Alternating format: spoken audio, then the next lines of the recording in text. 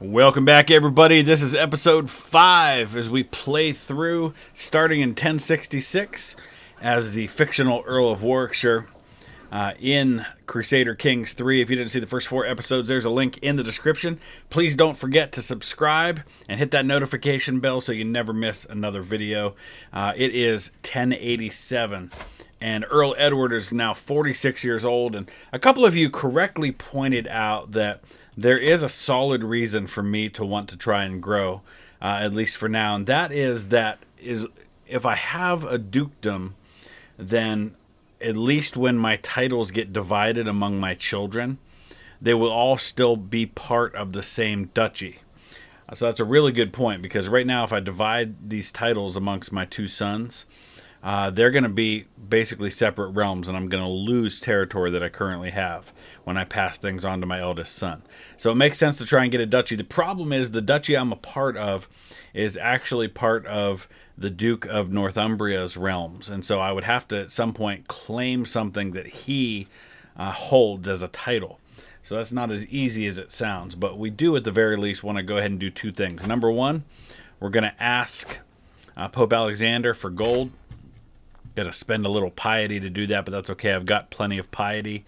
The second thing is we're going to go ahead and start fabricating a claim on the earldom of Shropshire, which would give me a 3rd earldom, which we're going to need a few more than that before we could lay claim to the Duchy of Mercia. But that's what we're going to try to do. Hopefully we can claim enough titles before my current earl dies. 46 years old. I don't know if that's going to happen, but let's dive in and see.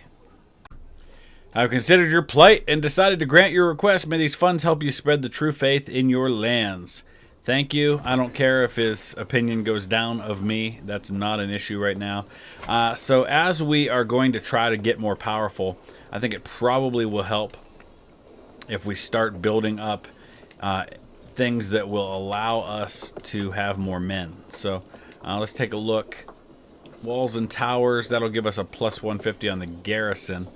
But what I want are additional levies. I'm thinking, though, rather than doing it that way, let's actually look at our military and create an additional men-at-arms regiment. We have armored footmen. I'm thinking maybe... Ooh. Some of these might really come in handy. How about some bowmen? It's only 55 to build them. And then unraised maintenance 0.20 per month. That's not bad.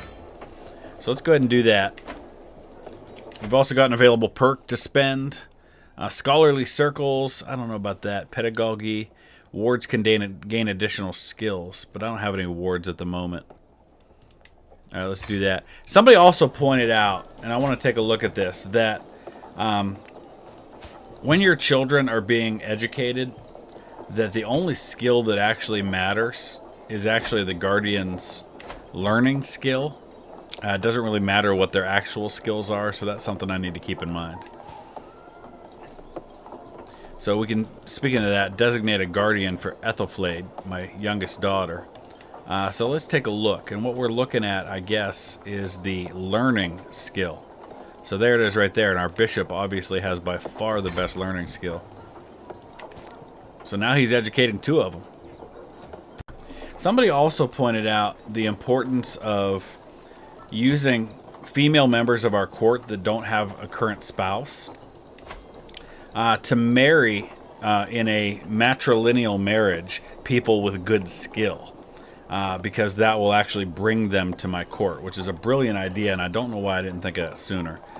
So specifically, let's look at our court and see our council and look at areas where we're pretty weak, like Chancellor and Steward, for example. So if we can find people for her to marry that have good skills in those areas, like Pater, who's 20 in stewardship. If we do that and do it as a matrilineal marriage, that'll bring him into our territory. And that would be huge for us. So let's see if that works out. To the amicable Edward, I gladly accept your marriage proposal. Excellent news. So now, let's go back to the council, look at our steward, and fire this dude, because now we've got Pater, who's 20, who doubles that skill. So awesome. Fantastic. That's going to help a ton. Let's do the same with Chancellor. I mean, this guy is kind of powerful, but honestly, not too worried about that. Let's see if we can do that again. Back to our court. Look for another female in the court. Here we go. Oh, she's married to Edward, so that's no good. We don't want to marry off somebody who's already married. I don't think I have anybody else at the moment, but maybe down the road we will. I think I'm going to go ahead and maybe increase my armored footman to size 2. It's going to do a 0.4 unraised maintenance, but I feel like I'm at the place now where that's probably important to have. These specialized troops are much more powerful on the battlefield than any levies that I could raise. So while these units are building up to full strength, you pay the full maintenance cost. So I was actually paying like 3 maintenance on the armored footmen while they build up the strength. Same thing with the bowmen. You see it's 0.6 right now. Well, once they hit 100, that number will go down when they hit full strength. We'll see what it goes down to. Right now it's 0.6. It'll go down to 0.2. So that'll get my finances back up. There we go. So I've successfully gotten a claim on Shropshire. I don't think I'm going to use it quite yet. I was looking at the Earl of Shropshire, Erick the Wild, and he's got some pretty powerful allies, specifically Wulfstan of Herefordshire, but also Countess Lucy of Leicestershire. So these things I'm a little concerned about, though I've got some decent allies of my own. Let's see. Jacob is close to getting married. Who can we ally him with that's nearby that's going to help us? That's kind of how I have to think here, is who's close enough to actually help. I'm going to look around a little bit. So I'm looking here at Powys over in Wales, and he's got a 9-year-old son. What about my 4-year-old daughter as an option? Oh, he will not accept. Ugh. Alright, so that's no good. And I doubt that using a different daughter is going to make any difference. My 7-year-old, same problem. Alright, so that's not going to work. The problem here is, oh, he's got a few daughters. We could try. My 14-year-old son? She's only 2, though. How about my 1-year-old? Oh, my grandson. Will not accept. Well, this is brutal. I'll have to keep looking, I guess. I'm also going to go ahead and have this steward switch over to increasing development in Warwickshire. That'll hopefully increase our monthly income over time. I'm looking to see what else I might be working on. Organizing levies is what our marshal's currently working on. Training commanders I could do. I think we're good. So we're going to try to get this claim on Huntington. Sure, he doesn't have the allies that everybody else has, so I think that'll work out okay. My recent endeavors within the realm of theology have given me a greater appreciation for God's representatives on earth. Trying to express some of these feelings, I will draft a letter to the King Bishop Alexander, who's the Pope. He's 70 years old. I sit down with a scribe, and together we craft a truly splendid letter highlighting His Holiness's what? I guess it doesn't much matter. They all give me the same result. Your letter is much appreciated. Your insight into the realm of God as well as the nature of man is astounding. Praise the Lord. So the Pope gets 20 opinion back of us, which is what we spent getting gold from him, plus 50 learning lifestyle experience. Very cool. We're working toward the next one here, which is learn on the job. Eventually we can work down to scholar, which gives us a trait. Nothing really special there, I guess. Honestly, I'm thinking maybe right now we should switch to marshal. Just looking to what's available in that area.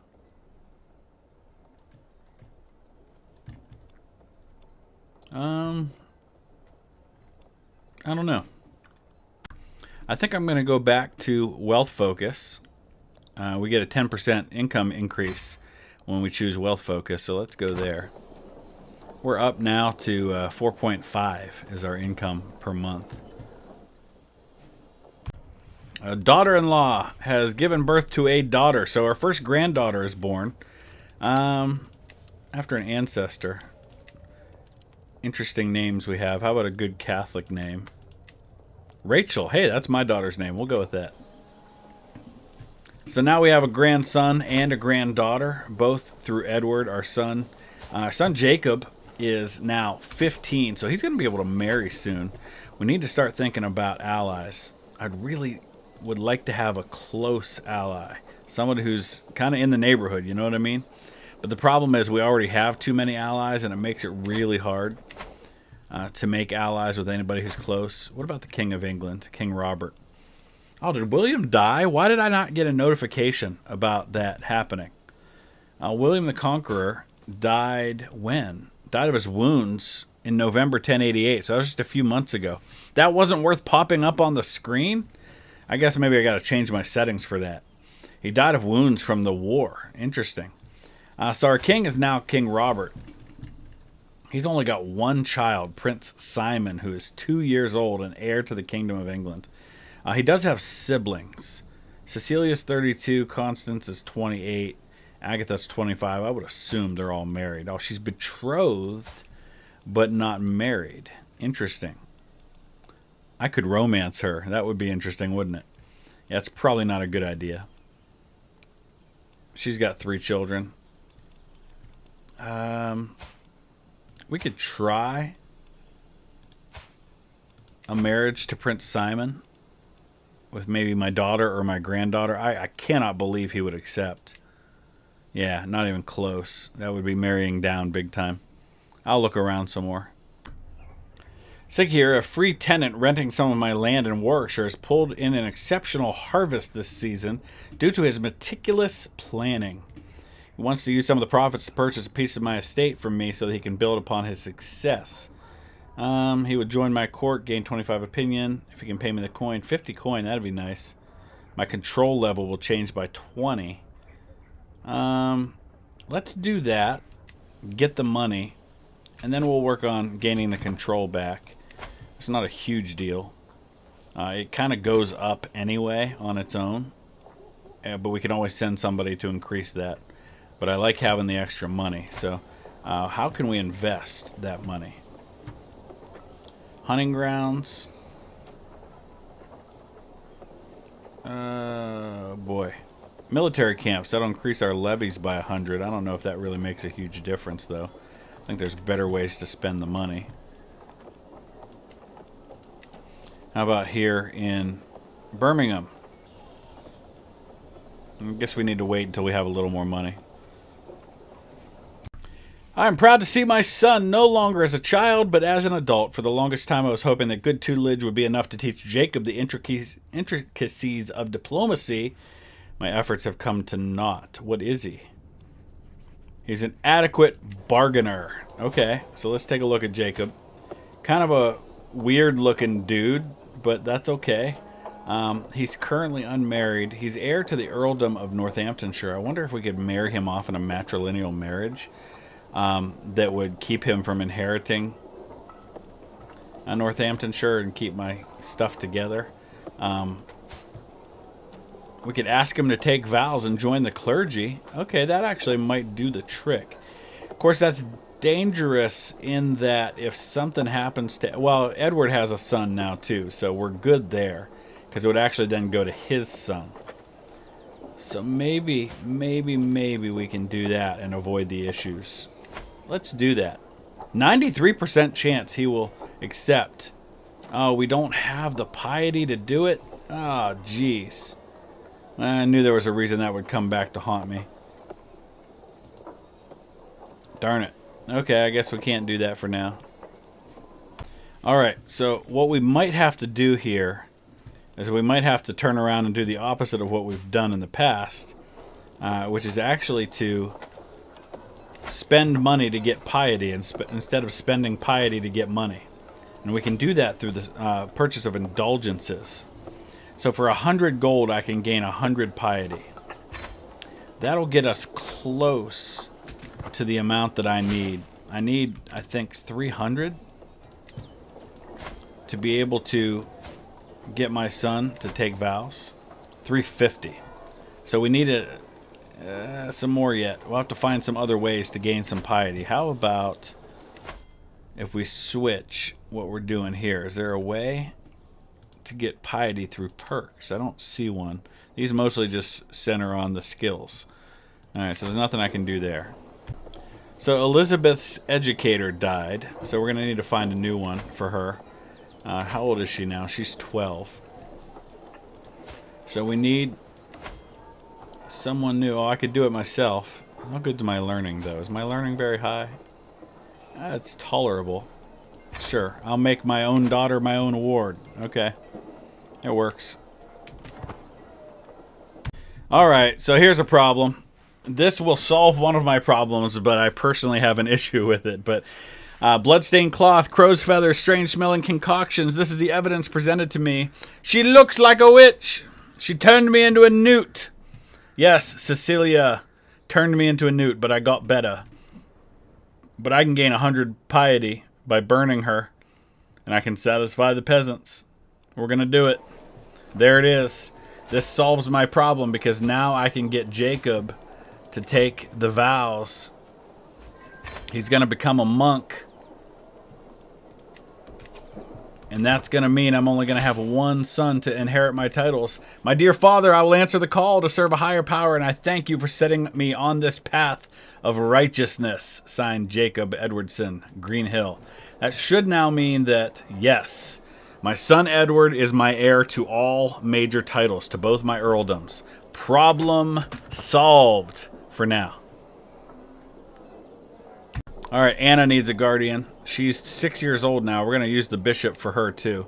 He's kind of doing it for all of them, but it definitely works because he's got such high learning skill. That's the way to go. Alright, so now that we don't have to worry about Jacob getting married, since he is a monk in Durham, very cool, we do need to now look at Elizabeth, who is our next in line. So we need to look for a powerful male that we could ally her to. The Earl of... I'm not even going to try to say that. He's an Earl in Ireland. That would be actually very helpful. He's 63 years old. Let's look at ranks here. Yeah, he's probably the one. Count Raoul of Berry. I'm trying to find somebody who's a little closer that maybe isn't ancient at the same time. But all these guys are really old. Oh, this guy's only 25. That's not as bad. He's a godless villain. Yeah. I think... this guy's 91. How do we even have people that are 91 years old? That's crazy. Alright. We're going to betroth our 12-year-old daughter to a 63-year-old man. But he will accept. And we'll get a little... I don't know. That's not very powerful. Probably not worth it. I'm going to look around some more. To the amicable Edward, I have prowled through documents, and, well, you know the rest. See it done. Alright, so this guy doesn't have much in the way of power. He's got 407 of his own, and his allies only got about 100. So this is the place to go and expand a little bit. And slowly start gathering up strength for the next generation. So let's go ahead and declare war. Let's raise our armies. We don't even need our allies for this. It's going to be a piece of cake. He really stands no chance at all against us unless somebody jumps in and decides to get in the middle of it, but I don't expect that to happen. Here comes his mighty ally with his 103 men. I don't even really need my levies for this. This one will go pretty fast, I think. We're losing more men than him, just because he's got some advantages, but it's not going to change the outcome. There we go.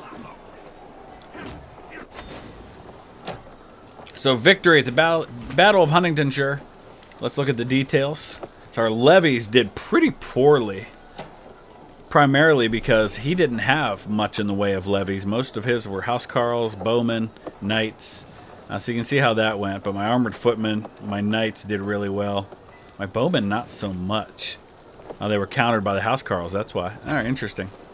Alright, now we lay siege. It's only a matter of time. Elizabeth has been asking me for a rolling hoop for a long time, and I told her I would get her one for her in 3 months if she displayed more focus in her studies. She simply waved my offer away, saying she did not really care about that anymore. We don't want her to be fickle. I'll gain stress, but she will gain content. I guess I'm old enough to take on some stress.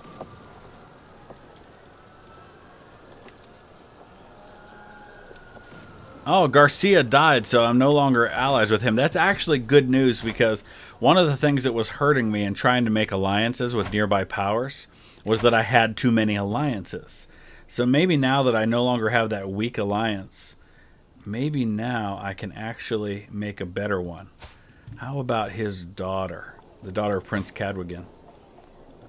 Can we make that happen, I wonder? My grandson's only 4 years old. I forgot. I don't have a son to marry off to her anymore. I need someone that's got a son that can marry one of my daughters.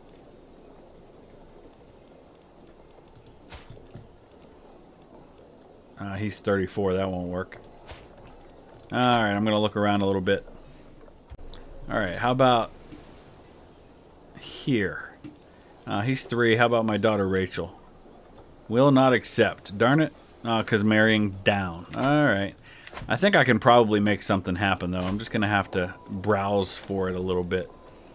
Elizabeth's 13 now. There's got to be somebody close. Breton, that's not too bad. Anglo-Saxon. Eldwine. Earl of... this is the heir to the earldom of Leicestershire, Nottinghamshire, and Cheshire. Wow. Okay. That might work. How old is he? He's 8, so we'd want to go with Anna in this case. Will accept. Okay. That actually works.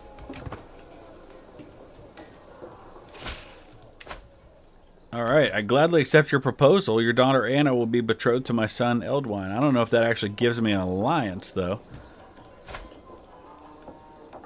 Ansbach. Yes, it does. The Countess of Leicestershire. That's actually huge. Alright. Cool. Okay, we've won the battle, and now we can claim the earldom of Huntingdonshire. Let's make it happen.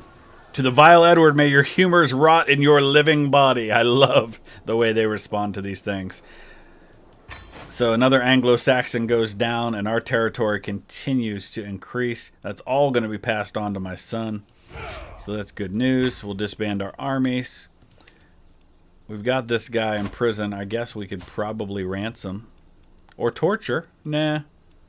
How about ransom? Only 10? Sure, why not? Doesn't hurt me any. Serf refugees. An influx of serfs has arrived in the earldom of Huntingdonshire from the neighboring earldom of Cambridgeshire.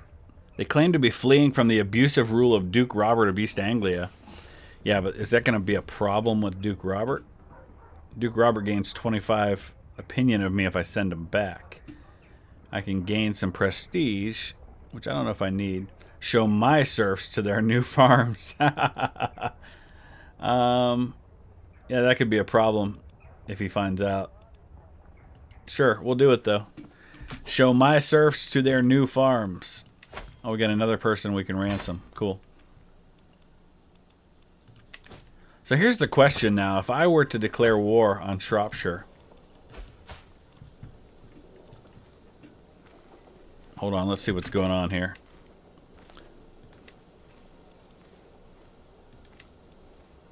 Chancellor fails to handle vassals. Well, that stinks. So he's just allied. Oh, so we've got a new earl here. That's why. He's only allied to Westmoreland, who's got 461. Shropshire got? 726. That's pretty even. But I now have a pretty powerful alliance in the Countess of Leicestershire. So I think it's probably worth it. We might go for another one here. I'm going to probably save the game, though, just to be safe. I was thinking about this, and even though I could probably take Shropshire right now, that kind of goes against what I want to do. And since I've solved the problem of inheritance, at least for this generation, I don't think I'll go after Shropshire. Now, long term, one thing I have going for me, since we have Anglo-Saxon as our culture, is that when this powerful Duke of Northumbria dies, his two duchies are going to be split between his sons. And so the Duchy of Mercia will be separate from the Duchy of Northumbria. That'll make it easier to take. So at that point, maybe we can worry about that. But for now, we're going to sit tight. We do, however, have 124 gold. So I'm thinking about where I might invest. So let's take a look at our new territory here. We could build some new holdings there, but I think for now what I'll do is I'm going to look for places that we might construct something. Only 85 gold to get plus 3 tax, 0.3 tax per month. Let's go for the wetland farms. Let's do that. Interesting. Greetings, Earl Edward of Warwickshire. Your son Edward has taken great interest in my work as your steward as of late. If you were to graciously allow me to spend some time with the young man, I'm sure he is sure to learn quite a few things about doing sums and administering land and wealth. Okay, cool. So this is the guy. He's pretty good. So he could become a mentor to Edward. Yeah, let's do it. Gained a favor hook with me. That's fine. I don't mind him having a hook. We have 2 wars that we could declare. I'm not going to declare war on the Holy Roman Emperor. Why would I do that? That's crazy. And now we can declare war. We have an unpressed claim on the Earl of Worcestershire.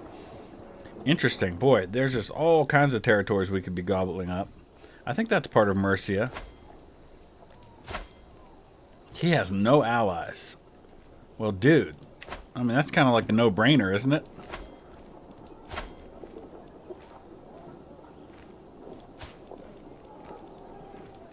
I gotta be careful, though. I don't want to be getting crazy with these wars. But that one just seems too easy. Too good to be true. Something is not right. Oh, boy. Seems he's more interested in teaching him how to question and disapprove of my every decision. Ugh. Well, that kind of stinks. But I had a pretty good relationship with my son, so I don't think that that's going to hurt it too much. All right, 1,700 men marching in. The Battle of Worcester should go pretty well. Oh yeah, piece of cake. All right, we could ransom Reeve Kenfis for 30 gold. Excellent idea. It's going to take a little while to complete this siege. How old am I now? I am 52 years old. I might live for a while. Which might not go real well for my son, but that's okay. I don't think he's had any more children. He's just got a daughter and a son right now. With her coming of age, my tuition of Elizabeth is at an end. So my daughter has become an intricate web weaver. Let's take a look at her for a second. Because at this point, she's a dishonorable villain. That's interesting. She's also content, arrogant, and callous. And not real good in diplomacy. Alright, who do we have available? So we've got the Earl of Desmond. What kind of power does he have? He's got a decent sized army. That's not a bad idea. I doubt he'd accept a matrilineal marriage. Nah, he won't. But you know what? It's good to have some allies over in Ireland. So Elizabeth is married off to him. He's an old man, but that's okay. Siege 1. One of my alliances just expired. That's okay. We're doing pretty good for ourselves. Let's enforce these demands. So be it. Alright, so here's where we're at now. We've got this long territory right in the middle of England. But we're now up to a pretty powerful force. A lot of it's levies. I think we're probably at the place now where financially I need to think about a little more than that. I've got some decently powerful allies. I want to maybe think about some horsemen to add to my force. We don't have a lot of money, but we've got enough to add some horsemen. I'm just looking to see what else there is. Yeah, I think that's probably the way to go.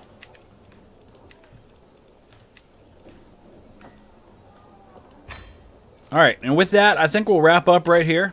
I'm going to slow down with all the growth now. I'm not going to pursue any more fabricated claims, at least not for this generation. If one presents itself, that's one thing, especially like what happened just now with Worcestershire. That was just a too good to pass up kind of thing. We're going to have to focus on control, which actually looks pretty good everywhere but my newly acquired land. We're working on buildings right now. I think everything's going pretty well. So let me know your thoughts. Use the comment section below. Drop a like if you would, and we will see you again tomorrow with the next episode. Thanks for watching.